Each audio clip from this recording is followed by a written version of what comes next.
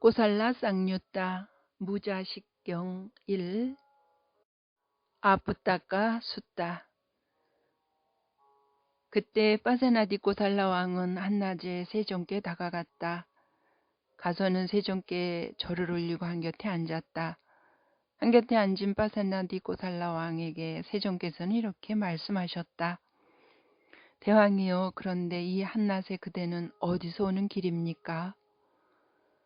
세존이시여, 여기 사화띠에서 금융업을 하던 어떤 장자가 죽었습니다. 그에게는 자식이 없었으므로 그의 모든 소유물을 궁전으로 운반해 놓고 왔습니다. 그에게는 800만의 금이 있었으니 은은 말해 무엇하겠습니까? 그런데도 그 금융업을 하던 장자는 시큼한 죽과 함께 네가 섞인 쌀아기 쌀로 만든 음식을 먹었으며 새 조각을 기워서 만든 대마옷을 입었으며 나무 잎을 씌운 낡은 수레를 타고 다녔습니다. 참으로 그렇습니다. 대왕이요, 참으로 그렇습니다. 대왕이요, 바르지 못한 사람은 막대한 재물을 얻고서도 자기 자신을 행복하게 하지 못하고 기쁘게 하지도 못하며 부모를 행복하게 하지도 못하고 기쁘게 하지도 못하며 아들과 아내와 하인들과 일꾼들을 행복하게 하지 못하고 기쁘게 하지도 못하며 친구들과 동료들을 행복하게 하지도 못하고 기쁘게 하지도 못하며 사문과 바라문들에게 더 높은 곳으로 인도하고 신성한 결말을 가져다주고 행복을 있게 하고 천상에 태어나게 하는 보시를 하지 못합니다. 그가 그의 재물을 이처럼 바르게 사용하지 못하면 왕들이 거두어 가버리고 도둑들이 훔쳐가 버리고 불이 태워버리거나 물이 쓸어가 버리거나 성품이 나쁜 자가 상속받게 됩니다. 이처럼 재물을 바르게 사용하지 못하면 그것은 아무 쓸모가 없는 것이지 유용한 것이 아닙니다. 대왕이여, 예를 들면 인척이라곤 없는 곳에 호수가 있어 그 물은 맑고 달콤하고 차고 투명하며 아름다운 여울이 있다 합시다. 그러나 사람들은 그 물을 가져가지 못하고 마시지 못하고 목욕하지 못하고 어떤 목적으로도 사용하지 못할 것입니다. 이처럼 그 물을 바르게 사용하지 못하면 그것은 아무 쓸모가 없는 것이지 유용한 것이 아닙니다.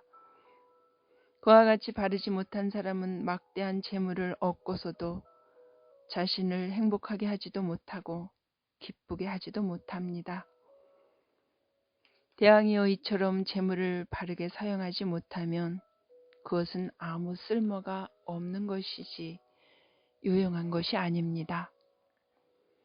대왕이여, 그러나 참된 사람은 막대한 재물을 얻어서 자신을 행복하게 하고 기쁘게 하고 부모를 행복하게 하고 기쁘게 하며 아내와 하인들과 일꾼들을 행복하게 하고 기쁘게 하며 친구와 동료들을 행복하게 하고 기쁘게 하며 사문과 바라문들에게 더 높은 곳으로 인도하고 신성한 결말을 가져다주고 행복을 있게 하고 천상에 태어나게 하는 보시를 합니다.